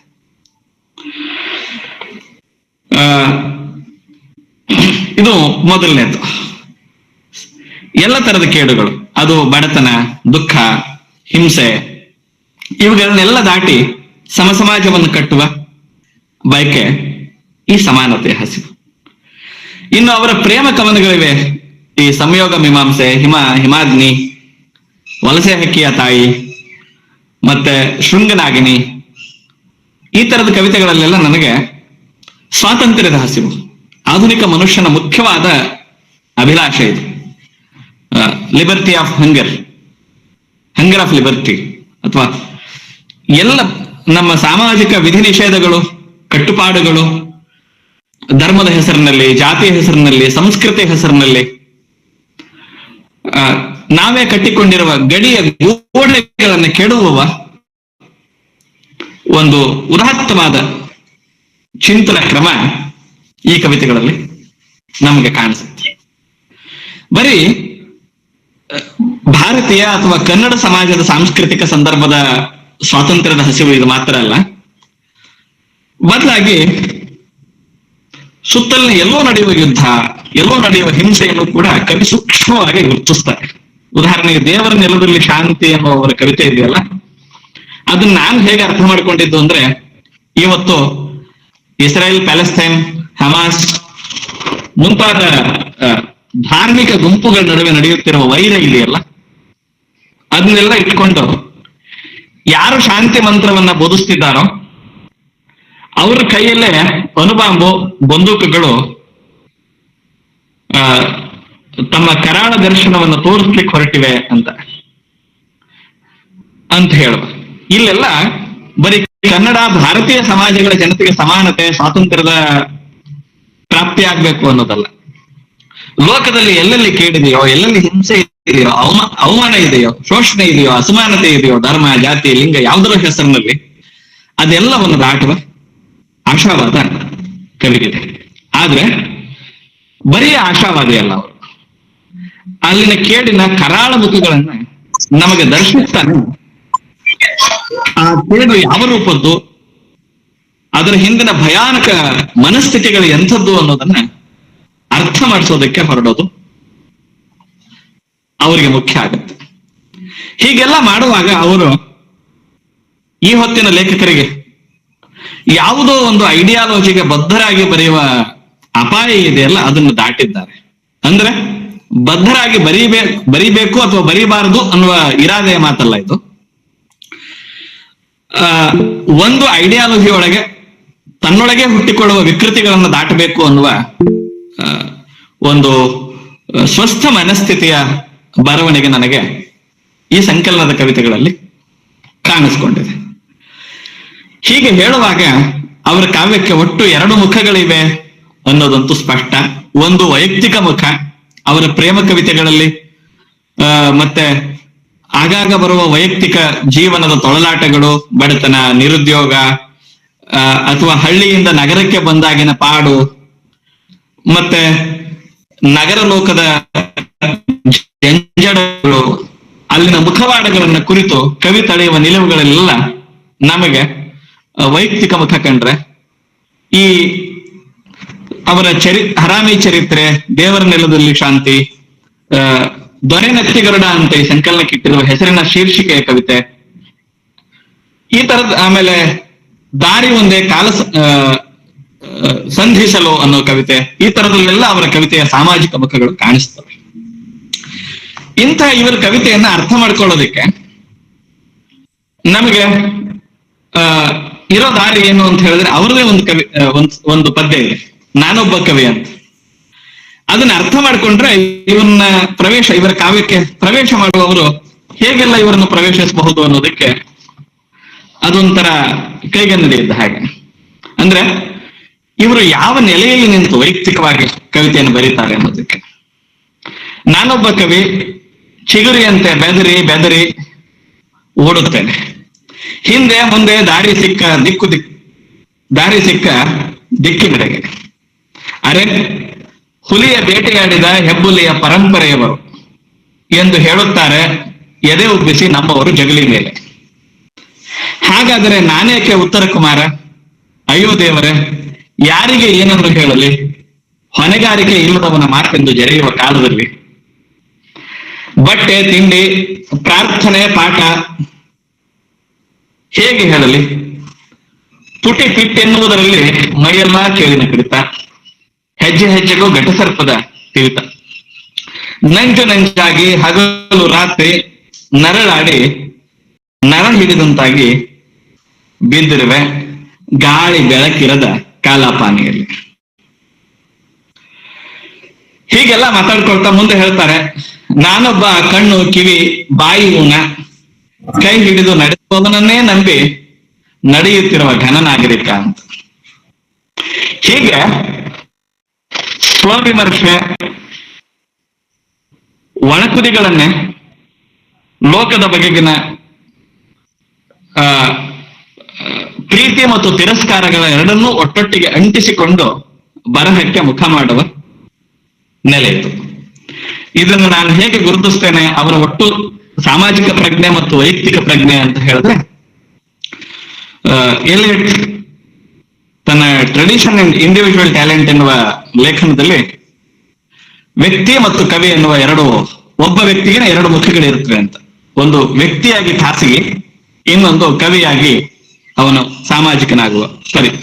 ಅಂದ್ರೆ man who suffers and the mind which creates ಅಂತ ಎರಡು ನೆಲೆಗಳನ್ನು ಗುರುತಿಸ್ತಾನೆ ಒಬ್ಬ ಕವಿಯಲ್ಲಿ. ವ್ಯಕ್ತಿಯಾಗಿ ತನ್ನೊಳಗೆ ತಾನು ಪಡುವ ವೇದನೆ, ಆ ವೇದನೆಯನ್ನ ಸಂವೇದನೆಯಾಗಿ ಕಾವ್ಯ ರೂಪದಲ್ಲಿ ರೂಪಾಂತರಿಸುವ ಬಗೆ, ಇವೆರಡು ಒಂದಕ್ಕೊಂದು ತಳಕು ಹಾಕಿಕೊಂಡು ಇವರ ವೈಯಕ್ತಿಕ ಮತ್ತು ಸಾಮಾಜಿಕ ಮುಖ ಎರಡು ಕಾವ್ಯದೊಳಗೆ ಹೆಣೆದುಕೊಂಡಿವೆ ಅನ್ನೋದೇ ನನ್ನ ನಿಲುವು. ಆದ್ರೂ ಈ ಕಾಲದ ತಲ್ಲಣಗಳಿಗೆ ಈ ಲೇಖಕ ಪ್ರತಿಕ್ರಿಯಿಸುವ ನೆಲೆ ಯಾವುದು, ನಿಲುವೇನು, ಇವರು ಎಲ್ಲಿ ನಿಲ್ತಾರೆ ಅಂತ ನಾನು ಗುರುತಿಸೋದಾದ್ರೆ, ಇವರು ಮಾತ್ರ ಅಲ್ಲ, ಈ ಕಾಲದಲ್ಲಿ ಬರೆಯುತ್ತಿರುವ ಯಾರೇ ಆಗಲಿ ಅವರು ಅಪೊಲಿಟಿಕಲ್ ಆಗಿ ಬರೆಯುವುದು ಸಾಧ್ಯವೇ ಇಲ್ಲ. ಈ ಹೊತ್ತಿನ ಎಲ್ಲ ಬರವಣಿಗೆಯೂ ಒಂದು ಬಗೆಯ ರಾಜಕೀಯ ವ್ಯಾಖ್ಯಾನವೇ ಎನ್ನುವುದು ನನ್ನ ನಿಲುವು. ಹಾಗೆ ನೋಡಿದ್ರೆ ಈ ದೃಷ್ಟಿಕೋನದಿಂದ ನಾವು ನಮ್ಮ ಪರಂಪರೆ ಎಲ್ಲ ಕವಿಗಳನ್ನು ಗಮನಿಸಿದ್ರು ಅವರು ಕೂಡ ಅವರ ಕಾಲದಲ್ಲಿ ಬರೆಯುತ್ತಿರುವುದೆಲ್ಲ ಒಂದು ಬಗೆಯ ಪೊಲಿಟಿಕಲ್ ಸಂಕಟನವೇ ಅಂತ ತೋರುತ್ತೆ. ಹಾಗಿರೋದ್ರಿಂದ ಇವರ ಕವಿತೆಗಳಲ್ಲಿ ಮುಖ್ಯವಾದ ಕೆಲವನ್ನ ಇಟ್ಕೊಂಡು ನನಗೆ ಮಾತಾಡೋದು ಅನ್ಸಿದರೆ, ಇವರ ದೊರೆನೆತ್ತಿ ಗರುಡ ಎನ್ನುವ ಶೀರ್ಷಿಕೆಯ ಕವಿತೆ, ಪಿತೃಹತ್ಯೆಯ ಶಿಶು, ಆಮೇಲೆ ನಿನ್ನ ಬೆವರು ಘೋಷವಾಕ್ಯ, ಈ ತರದ ಕವಿತೆಗಳಲ್ಲೆಲ್ಲ ಪೊಲಿಟಿಕಲ್ ಆದ ಒಂದು ಸಂಕಥನ, ಡಿಸ್ಕೋರ್ಸ್ ನಿರ್ಮಾಣವಾಗಿದೆ. ಈ ಡಿಸ್ಕೋರ್ಸ್ ನಲ್ಲಿ ಯಾರು ಕೇಂದ್ರ ಅಂತ ಹೇಳಿದ್ರೆ, ಅಂಚಿಗೆ ತಳ್ಳಲ್ಪಟ್ಟ ಸಮುದಾಯಗಳು, ಚರಿತ್ರೆಯ ಉದ್ದಕ್ಕೂ ಯಾರ ಧ್ವನಿಯನ್ನ ಅಡಗಿಸಲಾಗಿದೆಯೋ ಅವರ ಧ್ವನಿಗೆ ಇಲ್ಲಿ ಕವಿ ಬಾಯಾಗಿದ್ದಾರೆ. ಅವರ ಧ್ವನಿಗೆ ಇಲ್ಲಿ ಕವಿ ಬಾಯಾಗುವ ಪ್ರಯತ್ನ ನಡೆದಿದೆ. ಅವರ ಒಂದು ಕವಿತೆ ನಿನ್ನ ಬೆವರು ಘೋಷವಾಕ್ಯ ಅನ್ನೋದ್ರಲ್ಲಿ, ಈಗ ನಿನ್ನ ಬೆವರು ಘೋಷವಾಕ್ಯ ಬೆಳಕು ನೆರಳಾಗಿ ನಿಂತು ನೀನು ಬರೀ ಹೋಗ್ತಿ, ಓದು ಚಿಂತನೆ ನರಿತಲೆಗೆ ನಾವು ಬಟ್ಟೆ ತೊಟ್ಟಿದ್ದೇವೆ ನಿನ್ನ ಹಾಗೆ, ಎಲ್ಲವನ್ನೂ ಗಾಳಿಗೆ ತೂರಿ ಮೆರೆಯುವ ಬರೀತಾರೆ ಕವಿ. ಈ ಕವಿತೆಯುದ್ದಕ್ಕೂ ಅವ್ರು ನಡೆಸೋದು ಅಂಬೇಡ್ಕರ್ ಜೊತೆಗೆ ಒಂದು ಸಂವಾದ, ಸುತ್ತಲಿನ ವಿಕೃತಿಗೆ ಸಂವಿಧಾನ, ಅಧಿಕಾರ ಇವೆಲ್ಲವೂ ಏನಾಗಿವೆ ಅಂತ ಹೇಳಿದ್ರೆ ತಮ್ಮ ಅರ್ಥ ಕಳೆದುಕೊಳ್ಳುತ್ತಿವೆ ಅನ್ನುವ ಅಂಬೋನವನ್ನ ಹೇಳ್ತಾ, ಬದುಕು ಮರಳುಗಾಡಾಗಿದೆ, ಇಲ್ಲಿ ನಮ್ಮ ಕಣ್ಣೀರಿಗೆ ಯಾವತ್ತೂ ಬೆಲೆ ಸಿಕ್ಕಿಲ್ಲ, ಹೊಟ್ಟೆ ತುಂಬಿದವರ ಬಗ್ಗೆ ಏನ್ ಹೇಳಲಿ ಅಂತೆಲ್ಲ ಮಾತಾಡ್ತಾ ಕೊನೆಗೆ ಕವಿತೆಯ ಕೊನೆಗೆ ಬಹಳ ಅಪರೂಪದ ಒಂದು ಸಂವಾದಕ್ಕೆ, ಒಂದು ಆಲೋಚನೆಗೆ ನಮ್ಮನ್ನು ತಕೊಂಡು ಹೋಗ್ತಾರೆ. ಅದೇನು ಅಂತ ಹೇಳಿದ್ರೆ, 70ರ ದಶಕದ ನಂತರ ನಡೆದ ನಮ್ಮ ಸಾಮಾಜಿಕ ಆಂದೋಲನಗಳ ಒಳಗೂ ಒಂದಿಷ್ಟು ಏನಿದ್ವು ಅಂತ ಹೇಳಿದ್ರೆ ಕೊರೆಗಳು, ಮಿತಿಗಳಿದ್ವು ಆ ಆಂದೋಲನಗಳಿಗೂ ಅನ್ನೋದನ್ನ ಚರ್ಚೆ ಮಾಡ್ತಾರೆ. ಸಂಕಲನದ ಕವಿತೆಗಳಲ್ಲಿ ಚರ್ಚೆ ಇದೆ ಇದು. ಉದಾಹರಣೆಗೆ, ನಮ್ಮ ಗುಡಿಸಲಲ್ಲಿ ನಾವೇ ಮುನಿಸಿಕೊಂಡಿದ್ದರ ಬಗ್ಗೆ ಹೇಳಿಕೊಳ್ಳಲಾಗದ ನೋವಿದೆ. ಸುಮ್ಮನೆ ಮುಖ ನೋಡಿ ಬದುಕುತ್ತೇವೆ, ನಾಳೆಯಾದರೂ ಒಂದಾಗಬಹುದು, ನಿನ್ನ ಚಿಂತನೆಯ ಗುರಿ ಮುಟ್ಟಬಹುದು ಎಂದು ಬಾಬಾ, ಒಟ್ಟಾರೆ ನಾವೀಗ ಬಹುದುದರ ಒಳಗೆ ಇದ್ದೇವೆ ಅಂತ. 70ರ ದಶಕದಲ್ಲಿ ಹುಟ್ಟಿದ ವೈಚಾರಿಕ ಸಾಮಾಜಿಕ ಆಂದೋಲನಗಳು ಕಾಲಾಂತರದಲ್ಲಿ ತಮ್ಮ ವೈಚಾರಿಕ ನಿಷ್ಠೆಯ ನೆಲೆಯನ್ನ ಕಳೆದುಕೊಂಡವು ಅನ್ನೋದರ ಬಗ್ಗೆ ಲೇಖಕರಿಗೆ ಇರುವ ವಿಷಾದ, ನೋವು, ವ್ಯಥೆ ಇಲ್ಲಿ ಪ್ರಕಟವಾಗಿದೆ. ಹಾಗೆ ಅವರ ಹರಾಮಿ ಚರಿತ್ರೆ ಅನ್ನೋ ಕವಿತೆಯಲ್ಲೂ ಕೂಡ ಅಷ್ಟೇನೆ. ಚರಿತ್ರೆ ತುಂಬ ಇರೋದೆಲ್ಲ ರಕ್ತ. ಆ ರಕ್ತದ ಕಲೆಗಳು ನಮ್ಮೆಲ್ಲರ ಕೈಗಳಿಗೂ ಮೆತ್ಕೊಂಡಿವೆ ಅನ್ನೋದೇ ಅವರ ತಿಳುವಳಿಕೆ. ಇದು ನಿಜ ಕೂಡ. ಓದು ಸಾಕು ಹರಾಮಿ ಚರಿತ್ರೆಯ ಪುಟಗಳನ್ನು ಅಂತ ಕವಿತೆ ಆರಂಭ ಆಗುತ್ತೆ. ತುಂಬಾ ಮನುಷ್ಯಾದ ವ್ಯಂಗ್ಯ ಇದು. ಐರನಿ ಅನ್ನೋದು ಇಷ್ಟು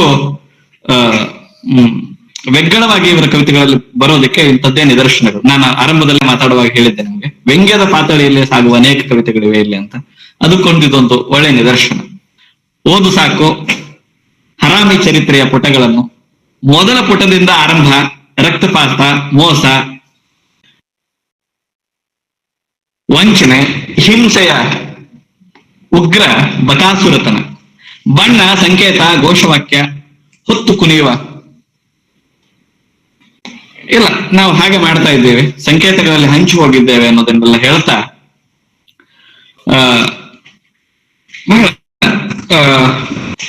ನಾವೆಲ್ಲ ಇಲ್ಲಿ ಚರಿತ್ರೆ ಒಳಗೆ ಬಲಿಪೀಠದವರೆಗೂ ಸಾಗುವುದಕ್ಕೆ ಹುಟ್ಟಿದವರು ಅನ್ನುವ ಹಾಗಾಗಿದೆ ಅಂತ. ಇಲ್ಲಿ ಚರಿತ್ರೆ ಎಲ್ಲ ನಿರ್ಮಾಣ ಆಗಿರೋದು ಯಾಕೆ ಅಂದ್ರೆ ಬಾಯಿ ತೆವಲಿಗೆ, ತೋಳುಬಲದ ತೆವಲಿಗೆ, ತೊಡೆ ತೆವಲಿಗೆ ಏನೆಲ್ಲ ಸಂಭವಿಸಲು ಸಾಧ್ಯ ಈ ಚರಿತ್ರೆಯಲ್ಲಿ ಅಂತೆಲ್ಲ ಹೇಳ್ತಾರೆ. ಹೀಗೆಲ್ಲ ಹೇಳ್ತಾ ಬಾಬಾನ ಹೋರಾಟ, ಅಂಬೇಡ್ಕರ್ ಹೋರಾಟ ಈಗ ಗಿಳಿಪಾಠವಾಗ್ತಾ ಇದೆ ಅಂತ ಹೇಳುವಲ್ಲೂ ಕೂಡ ನಮ್ಮ ಚರಿತ್ರೆಗೆ ಕವಿದಿರುವ ವಿಸ್ಮೃತಿಯ ಪುಟಗಳನ್ನ ತೆರೆಯೋದಕ್ಕೆ ಕವಿ ಹೊರಡ್ತಾರೆ. ಭಾರತೀಯರಿಗೆ ಗುಲಾಮಗಿರಿ ಸ್ವಭಾವತಃ ಅಂಟುಕೊಂಡು ಬಿಡುವ ರೋಗವಾಗ್ತಾ ಇದೆ ಎನ್ನುವ ವ್ಯಥೆ ಇಲ್ಲಿ ಕಾಣಿಸ್ತದೆ. ಆದ್ರೆ ಅವರ ನೋವು, ವ್ಯಥೆ ಮುಗಿಲು ಮುಟ್ಟೋದು ಎಲ್ಲಿ ಅಂತ ಹೇಳಿದ್ರೆ, ಮಾತು ಬಾರದ ಎಷ್ಟು ಒಂದಾಗದ ಕಪ್ಪು ಕೈಗಳು ತಮ್ಮ ತಿಳಿದೆ ತಾವೇ ಹೊತ್ತು ನಡೆಯಬೇಕು. ಇದು ಚರಿತ್ರೆಯ ಮುಖ್ಯವಾದ ಸತ್ಯ ಅಂತ ಹೇಳ್ತಾರೆ. ಈ ಚರಿತ್ರೆಯ ವ್ಯಾಖ್ಯಾನ ಮಾಡುವಾಗೆಲ್ಲ ಅವರು ಕವಿತೆಯಲ್ಲಿ ಹೇಳಿದ್ದೇನು, ಮನುಷ್ಯ ಗೆದ್ದದ್ದು ಏನನ್ನು, ಮನುಷ್ಯನನ್ನು, ಯಾರನ್ನ ಅಂತ ಕೇಳ್ತಾ ಅವನು ಗೆದ್ದದ್ದು ಏನು ಅಂತ ಹೇಳಿದ್ರೆ ಯಾರನ್ನೂ ಅಲ್ಲ, ಹಿಂಸೆ, ರಕ್ತಪಾತವನ್ನು ಮಾಡ್ತಾ ಅಸಹಾಯಕ ಗೋರಿಗಳನ್ನು ಮಾಡೋದ್ರಲ್ಲಿ ಮಾನವ ಚರಿತ್ರೆ ತಕ್ಕೊಂಡಿದೆ ಅನ್ನೋ ವಿಚಾರ ಅವರ ಕವಿತೆಗಳಲ್ಲಿ ಕಾಣಿಸ್ತದೆ. ಇನ್ನು ದೊರೆನೆತ್ತಿಗರುಡ ಅನ್ನುವ ಶೀರ್ಷಿಕೆ ಕವಿತೆಯಲ್ಲಿ ನನಗೆ ಆ ಕವಿತೆ ಓದಿದಾಗ ನೆನಪಾದದ್ದೇನು ಅಂತ ಹೇಳಿದ್ರೆ, ಅಡಿಗರ ನೆಹರು ನಿವೃತ್ತರಾಗುವುದಿಲ್ಲ ಅಂತ ಒಂದು ಕವಿತೆ ಏನಿದೆ, ನನ್ನ ನೆನಪಿಗೆ ಬಂದದ್ದು ತಕ್ಷಣಕ್ಕೆ ನೆಹರು ನಿವೃತ್ತರಾಗುವುದಿಲ್ಲ ಅಂತ. ಇಲ್ಲಿ ನೋಡಿ, ಒಂದು ಸಾಲು ಓದ್ಬೇಕು ನಾನು. ಲೋಕದ ಸಂಕಟ ಜಂಜಾಟಕ್ಕೆ ಕುಣಿಯುವ ದೊರೆ ಮಹಾಮೌನಿ, ಒಮ್ಮೊಮ್ಮೆ ಭರವಸೆಯ ಮಹಾಪೂರ, ಋತು ಮೀರಿದ ಸುನಾಮಿ, ಮೈಗಂಟಿದ ಜಡತಾರಿ. ಮಾತು ಹೇಗೆ ಅಂದ್ರೆ ಬಿಸಿಲು ಬಿದಿರೆಯ ಮಾತು. ವಿಶ್ವಗುರು ಸನ್ನಿಧಿಯಲ್ಲಿ ಜನಸಾಗರ ಅವಡಿಗಚ್ಚಿ, ದೊರೆಯ ದಾರಿಗೆ ಪುಷ್ಪ ಚೆಲ್ಲಿ, ಉನ್ಮಾದದ ಉದ್ಘೋಷ ಉದೋ ಉದೋ ಅಂತ. ನನಗೆ ನೆಹರು ನಿವೃತ್ತರಾಗುವುದಿಲ್ಲ ಅಂತ ಹೇಳೋದಕ್ಕೆ ಈ ತರದ ಒಂದು ಧಾರ್ಮಿಕ ಅಥವಾ ಉದೋ ಉದೋ ಎನ್ನುವ ಈ ಹೊಗಳು ಬಟ್ಟಂಗಿತನ ಇದೆಯಲ್ಲ ನಮ್ಮ ಸಾಮಾಜಿಕ ರಾಜಕೀಯ ಲೋಕದ ತೀರ ಸರಳ ಸಾಮಾನ್ಯ ಮಂತ್ರವಾಗಿರುವ ಈ ಹೊತ್ತಿನಲ್ಲಿ ಇಲ್ಲೊಂದು ಸೆಟೈರಿಕಲ್ ಆದ ಒಂದು ಸಾಲು ಬರುತ್ತೆ. ಹಾರುವ ಹಕ್ಕಿಯ ಪುಚ್ಚ ಎನಿಸುವವರಿಗೆ ಹೊಸ ಲೆಕ್ಕ ಕಲಿಸುತ್ತಿದ್ದಾನೆ ಅಂತ. ಈ ತರದ ಕವಿತೆಗಳಲ್ಲೆಲ್ಲ ನನಗೆ ಅವರ ಮೊನಚಾದ ರಾಜಕೀಯ ಪ್ರಜ್ಞೆ, ಅದು ನಿಲ್ಲುವ ಒಂದು ಅಂಚಿನ ಸಮುದಾಯಗಳ ಹಿತದೃಷ್ಟಿಯನ್ನು ಕಾಪಾಡುವ ಒಟ್ಟು ಧೋರಣೆಯ ಮೂಲದಿಂದಲೇ ಹೊರಟದ್ದು ಅಂತ ಕಾಣಿಸುತ್ತೆ. ಆಮೇಲೆ ಅವರ ಆ ಮನುಷ್ಯತನ, ಆ ಸೆಟರಿಕಲ್ ಎಕ್ಸ್ಪ್ರೆಷನ್ ಇದೆಯಲ್ಲ, ವರ್ತಮಾನಕ್ಕೆ ಬೆಂಕಿ ಇಟ್ಟು ಮೈ ಕಾಯಿಸಿಕೊಳ್ಳುವ ಅನುಕೂಲ ಸಿಂಧು ಲೋಲುಪತಿಗೆ ನಾನು ಬೆಚ್ಚಿ ಬಿದ್ದಿದ್ದೇನೆ ಅಂತ ಹೇಳುವ ಒಂದು ಕವಿತೆ ಕೂಡ ಇದೆ. ಹಾಗೆ ರಿಮ್ಯಾಂಡ್ ಹೋಮಿನ ಅಪರಾಧಿ ಅನ್ನೋ ಒಂದು ಕವಿತೆ. ಇಲ್ಲೆಲ್ಲ ಅವರ ಸೆನ್ಸ್ ಆಫ್ ಏಲಿನೇಷನ್, ಅನಾಥ ಪ್ರಜ್ಞೆ ನಮ್ಗೆ ಸ್ಪಷ್ಟವಾಗಿ ಎದ್ದು ಕಾಣಿಸುತ್ತೆ. ಈ ಅನಾಥ ಪ್ರಜ್ಞೆ ಅವರ ನಾನೊಬ್ಬ ಕವಿ ಅನ್ನೋದ್ರಲ್ಲೂ ಕಂಡಿದೆ. ಆಮೇಲೆ ಅವರ ಈ ಒಟ್ಟು ಧೋರಣೆ ಇದೆಯಲ್ಲ, ಈ ಸೆನ್ಸ್ ಆಫ್ ಏಲಿನೇಷನ್, ಇದು ಆಧುನಿಕ ಮನುಷ್ಯನ ಇನ್ನಿಲ್ಲದ ಅನಿವಾರ್ಯತೆ. ಇದು ಇನ್ಎವಿಟಬಿಲಿಟಿ ಆಫ್ ಮಾಡರ್ನ್ ಮ್ಯಾನ್. ಇದು ಯಾಕಂತ ಹೇಳಿದ್ರೆ ಯಂತ್ರ ನಾಗರಿಕತೆಯ ಒಳಗೆ ಹುಟ್ಟಿರುವ ಹುಸಿತನ, ಫಲ್ಸಿಫಿಕೇಶನ್ ಅಂತ ಏನ್ ಹೇಳ್ತೀವಿ, ಅದೆಲ್ಲ ನಮ್ಮ ನಿತ್ಯ ಸಾಮಾಜಿಕ ಬದುಕಿನ ಭಾಗವಾಗ್ತಾ ಇದೆ ಅನ್ನೋದೇ ಕವಿಗೆ ಖೇದವನ್ನ, ಕವಿಯಲ್ಲಿ ಖೇದ ಮೂಡಿಸಿ ಅವರ ಸಂವೇದನೆಯನ್ನು ಮನುಷ್ಯಗೊಳಿಸಿರುವ ಧೋರಣೆ ಕಾಣಿಸುತ್ತೆ. ಇನ್ನು ಅವರ ಪ್ರೇಮ ಕವಿತೆಗಳ ಬಗ್ಗೆ ಒಂದಿಷ್ಟು ಹೇಳೋದಾದ್ರೆ, ಹಾಗೆ ಅವನ್ನ ಸುಲಭವಾಗಿ ವರ್ಗೀಕರಿಸೋದಕ್ಕೆ ಸಾಧ್ಯ ಇಲ್ಲ ಆದ್ರೂ ಒಂದು ಸರಳವಾಗಿ ನಮ್ಮ ಮಾತಿಗೆ ಅನುಕೂಲಕ್ಕಾಗಿ ಅದನ್ನ ನೋಡೋದಾದ್ರೆ, ಅವ್ರ ಕವಿತೆಗಳಲ್ಲಿ ಇರೋದೇನು ಅಂತ ನಾನು ಸೂತ್ರಬದ್ಧವಾಗಿ ಹೇಳೋದಾದ್ರೆ, ಅದನ್ನ ಬೇಂದ್ರೆ ಅವರು ಒಂದು ಮಾತಿನಿಂದ ಬಳಸ್ಕೊಂಡು ಹೇಳೋದಾದ್ರೆ, ಮಾನವ ಚರಿತ್ರೆಯಲ್ಲಿ ಅದೆಷ್ಟೋ ಪ್ರಳಯಗಳಾಗಿವೆ, ಹೆಣ್ಣಿನ ಪ್ರೇಮ ಗಂಡಿನ ಭಾಗ್ಯ ಕಾದು ಕಾದು ಮಾಗಿವೆ ಅಂತ. ಮಾನವ ಚರಿತ್ರೆಯಲ್ಲಿ ಅದೆಷ್ಟೋ ಪ್ರಳಯಗಳಾಗಿವೆ, ಹೆಣ್ಣಿನ ಪ್ರೇಮ ಗಂಡಿನ ಭಾಗ್ಯ ಕಾದು ಕಾದು ಮಾಗಿವೆ ಅಂತ. ಈ ಕವಿತೆಗಳಲ್ಲಿ ಕಾಣಿಸ್ಕೊಳ್ಳೋದೇನು ಅಂದ್ರೆ, ನಂಗೆ ಹೆಣ್ಣಿನ ಪ್ರೇಮ ಮತ್ತು ಗಂಡಿನ ಭಾಗ್ಯ ಎರಡು ಕಾದು ಕಾದು ಮಾಗುವ ಸ್ಥಿತಿ ಇಲ್ಲಿ ಕವಿತೆಗಳಲ್ಲಿ ದಟ್ಟವಾಗಿ ಕಾಣಿಸ್ತದೆ. ಅಂದ್ರೆ ಈ ಮಾಗುವಿಕೆ ಯಾವ ಸ್ವರೂಪದ್ದು ಅಂತ ಹೇಳಿದ್ರೆ, ಇಲ್ಲಿನ ಕಾವ್ಯ ನಾಯಕ ಇದಾನಲ್ಲ, ಉದಾಹರಣೆಗೆ ಹಿಮ, ಆಮೇಲೆ ಹಿಮಾಗ್ನಿ, ಸಂಯೋಗ ಮೀಮಾಂಸೆ, ವಲಸೆ ಹಕ್ಕಿಯ ತಾಯಿ ಅಥವಾ ಶೃಂಗನಾಗಿನಿ, ಆಮೇಲೆ ಕರೆಯೋಲೆ ಅಂತ ಒಂದು ಕವಿತೆ ಇದೆ. ಅಲ್ಲೆಲ್ಲ ನಮ್ಗೆ ಕಾಣಿಸ್ಕೊಳ್ಳೋದೇನು ಅಂತ ಹೇಳಿದ್ರೆ, ತನ್ನ ಅಹಂಕಾರವನ್ನೆಲ್ಲ ಒತ್ತಟ್ಟಿಗೆ ಸರಿಸಿಟ್ಟು ಪ್ರೇಮಕ್ಕಾಗಿ ಹಂಬಲಿಸುವ ಪ್ರೇಮ ಭಿಕ್ಷು ಒಬ್ಬ ಕಾಣಿಸ್ತಾನೆ.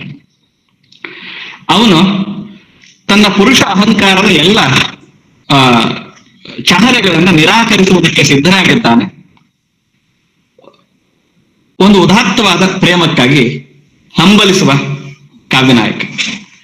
ಆದ್ರೆ ಇಂತಹ ಪ್ರೇಮದ ಹಂಬಲದಲ್ಲಿ ಕಾಯುತ್ತಿರುವ ಇವನಿಗೆ ಪ್ರತಿಕ್ರಿಯೆ ನೀಡುವ ಹೆಣ್ಣು ಯಾರು, ಅವಳ ಪ್ರತಿಕ್ರಿಯೆ ಏನು, ಅವಳ ಸಮ್ಮತಿಯೋ ನಿರಾಕರಣೆಯೋ ಒಟ್ಟು ನಿಲುವು ಏನು ಅನ್ನೋದು ಕವಿತೆಗಳಲ್ಲಿ ಗೈರು ಹಾಜರಾಗಿದೆ. ಅಲ್ಲಿ ಮೌನ ಇದೆ. Silence is prevailed over there. ನಮಗೆ ಈ ತರದ ಪ್ರೇಮ ನಿವೇದನೆಯ ಅಥವಾ ಪ್ರೇಮ ಶೋಧನೆಯ ಕವಿತೆಗಳಲ್ಲಿ ಗಂಡಿನ ನಿಲುವೇನು ಅನ್ನೋದು ಗೊತ್ತಾಗುವ ಹಾಗೆ ಅದಕ್ಕೆ ಪ್ರತಿವಾದಿಯಾಗಿರುವ, ಪ್ರತಿವಾದಿ ಮೀನ್ಸ್ ಅಪೋಸಿಷನ್ ಅಲ್ಲ, ಇದು ಆಂಟಿಸಿಪೇಷನ್ ಮಾಡಬೇಕಾದ ಅಲ್ಲೊಬ್ಬ ಇರಬೇಕಾದವಳಿದ್ದಾಳಲ್ಲ, ಅವಳ ಪ್ರತಿಕ್ರಿಯೆ ಏನು, ಅವಳ ನಿಲುವೇನು, ಅವಳ ಧೋರಣೆ ಏನು ಅನ್ನೋದು ಬಹಳ ಮುಖ್ಯ. ಆದ್ರೆ ಅಲ್ಲೆಲ್ಲ ನಮಗೆ ಸಿಕ್ಕೋದೇನು ಅಂದ್ರೆ ಮೌನ. ಒಂದೆರಡು ಕವಿತೆಗಳಲ್ಲಿ ಹೆಣ್ಣೆ ತನ್ನ ಪ್ರೇಮ ನಿವೇದನೆಯನ್ನ ಮಾಡಿಕೊಂಡಿರೋ ಕವಿತೆಗಳಿವೆ, 2 ಕವಿತೆಗಳಿವೆ ಆ ತರದ್ದು. ಆದ್ರೆ ಅಲ್ಲಿ ಗಂಡಿನ ಪ್ರತಿಕ್ರಿಯೆ ಅನ್ನೋದು ಅಬ್ಸೆಂಟ್ ಆಗಿ, ಅಂದ್ರೆ ಒಂದು ತೆರೆದ ಮೌನ ಈ ತರದ ಕಡೆಗಳಲ್ಲೆಲ್ಲ ಕಾಣಿಸ್ತದೆ. ಈ ತರ ಆಚೆಗೆ ನನಗೆ ಇವರ ಕಾವ್ಯದ ಒಟ್ಟು ಧ್ವನಿಯಲ್ಲಿ ಕಾಣಿಸ್ಕೊಳ್ಳೋದು ಏನಿದೆ ಅಲ್ಲ, ನಮ್ಮ ಬದುಕಿನ ಮರುಳುಗಾಡಲ್ಲಿ ಇಂಗುವ ನಮ್ಮ ಕಣ್ಣೀರು ಇದೆಯಲ್ಲ, ಯಾವತ್ತೂ ನಿಂತಿಲ್ಲ ಅನ್ನೋದಿದೆಯಲ್ಲ, ಈ ವಿಷಾದ ಧ್ವನಿ ಮಾತ್ರ ಕಾವ್ಯ ಓದಿ ಮುಗಿಸಿದ ಮೇಲೂ ನಮ್ಮ ಮನಸ್ಸಿನಲ್ಲಿ ಚಿರಸ್ಥಾಯಿಯಾಗಿ ನಿಲ್ಲುತ್ತೆ. ಆದ್ರೆ ಬುದ್ಧನ ಬೆಳಕು ಬಂದೇ ಬರುತ್ತೆ ಎನ್ನುವ ಆಶಾವಾದ ಒಂದು ಎಲ್ಲ ಕಡೆಗೂ ಕಾಣಿಸ್ಕೊಂಡು, ಹೀಗೆ ಹೇಳುವಾಗಲೂ ಅಭಿವ್ಯಕ್ತಿಯಲ್ಲಿ ಒಂದು ಬಗೆಯ ಏಕತಾನತೆ ಉಂಟಾಗಿದೆ. ಅಂದ್ರೆ ಮೊನೊಟಾನಿಸ್ ಒಂದು ಇದೆ. ಆಮೇಲೆ ಪ್ರಯೋಗಶೀಲತೆಯ ದೃಷ್ಟಿಯಿಂದ ಗಮನಿಸೋದಾದ್ರೆ, ಅನೇಕ ಕವಿತೆಗಳು ತಮ್ಮ ಅಭಿವ್ಯಕ್ತಿಯ ಕಾರಣಕ್ಕಾಗಿ ಮುಖ್ಯ ಅನಿಸಿದ್ರು ವಾಕ್ಯದ ಪಾತಳಿಯಲ್ಲಿಯೇ ನಿಂತು ಬಿಡಬಹುದಾದ ಕೆಲವು ಕವಿತೆಗಳು ಈ ಸಂಕಲನದಲ್ಲಿ ಇವೆ. ತೀರಾ ಪ್ರತಿಕ್ರಿಯಾ ಸ್ವರೂಪ, ಆಂಟಿಸಿಪೇಷನ್ ಆರ್ ರಿಯಾಕ್ಷನರಿ ಎನ್ನುವಷ್ಟರ ಮಟ್ಟಿನ ಸರಳೀಕೃತ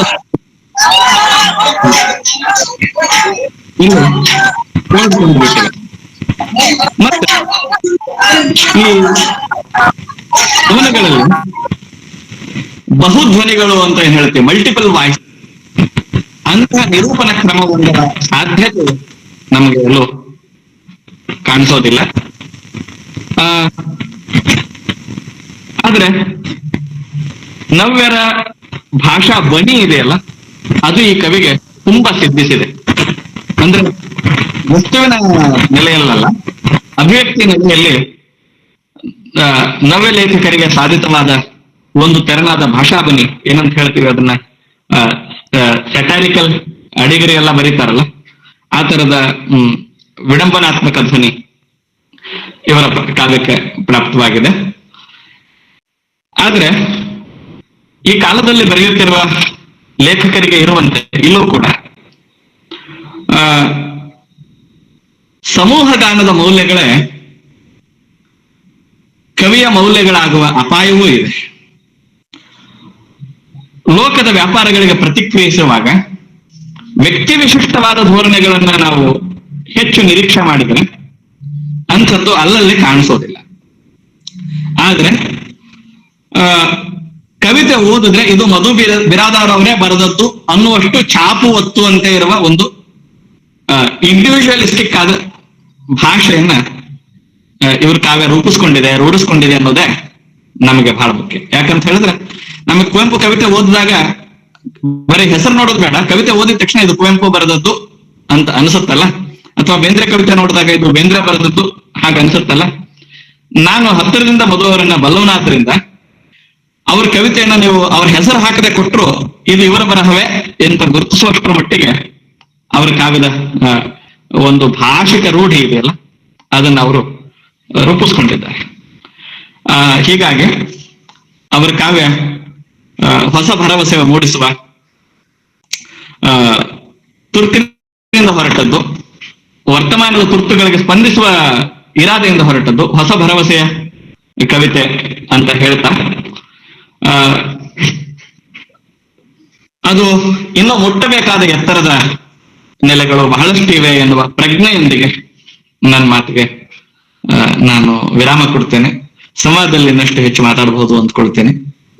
ನನಗೆ ಅವಕಾಶ ಕೊಟ್ಟಿರುವ ಪ್ರೊಫೆಸರ್ ಮಹಾಂತೇಶ್ ಪಾಟೀಲ್ ಸರ್, ತುಂಬಾ ನಾವು ವಿದ್ವತ್ ವಲಯದಲ್ಲಿ ಮಾತಾಡುವಾಗಲೆಲ್ಲ ಅವ್ರನ್ನ ಪರಿಚಯ ಮಾಡುವಾಗ ಪ್ರಮುಖ ಅಂತ ಒಂದಿಷ್ಟು ಅದು ಇದೆಯಲ್ಲ ಹೇಳಿದ್ರು. ನಾನು ತುಂಬಾ ಮುಜುಗರದಿಂದ with due respect to Mahantesh sir, ನಾನೇನು ಅಂತ ಮುಟ್ಟಿಲ್ಲ.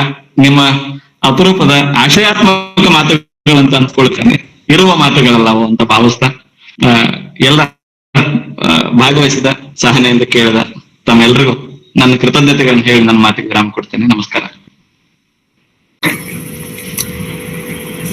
ಸುಮಾರು ಒಂದು 45 ನಿಮಿಷದವರೆಗೆ ಮಧು ಬಿರಾದಾರ್ ಅವರ ದೊರೆನಿತ್ತಿ ಗರುಡ ಕಾವ್ಯದ ಕುರಿತು ಬಹುಮುಖಿಯಲ್ಲಿ ಮಲ್ಲಪ್ಪ ಬಂಡೆಯವರು ಮಾತಾಡಿದ ಮೇಲೆ ಅವ್ರ ಮಾತುಗಳು ಹೇಗಿದ್ದು ಅಂದ್ರೆ, ಸಂವಾದಕರು ಏನ್ ಮಾತಾಡ್ತಾರೆ ಅಂತ ನಮಗೆ ಕುತೂಹಲ ಹುಟ್ಟುವ ಹಾಗೆ ಅವ್ರ ಮಾತುಗಳಿದ್ರು. ಯಾಕಂದ್ರೆ ಎಲ್ಲಾ ಆಯಾಮವನ್ನ ಅವರು ಪ್ರಸ್ತಾಪ ಮಾಡಿದ್ರು, ಚರ್ಚೆ ಮಾಡಿದ್ರು. ವಸ್ತು, ವಿಷಯ, ಶೈಲಿ, ಅದರ ಆಶಯ ಮತ್ತು ಅವರು ಮೊದಲ ಸಂಕಲನದಿಂದ ಎರಡನೇ ಸಂಕಲನಕ್ಕೆ ಹೇಗೆ ಅವರ ಕಾವ್ಯ ಬೆಳವಣಿಗೆ ಆಗಿದೆ ಅನ್ನೋದನ್ನ ತುಂಬಾ ಸೂಕ್ಷ್ಮವಾಗಿ ಮತ್ತು ತಲಸ್ಪರ್ಶಿಯಾಗಿ ಮಾತನಾಡಿದಂತ ಮಲ್ಲಪ್ಪ ಬಂಡೆಯವರಿಗೆ ನಾನು ಅನಂತ ವಂದನೆಗಳನ್ನು ಸಲ್ಲಿಸುತ್ತೇನೆ. ಈಗ ಸಂವಾದ ಭಾಗದಲ್ಲಿ ಮೊದಲಿಗೆ ಕವಿ ಮತ್ತು ವಿಮರ್ಶಕರಾಗಿರುವ ಜೈನ್ ಯೂನಿವರ್ಸಿಟಿಯ ಕನ್ನಡ ಸಹಾಯಕ ಪ್ರಾಧ್ಯಾಪಕರಾಗಿರುವ ಡಾಕ್ಟರ್ ಬಸಯ್ಯ ಸ್ವಾಮಿ ಕಮಲ್ದೇನಿ ಅವರು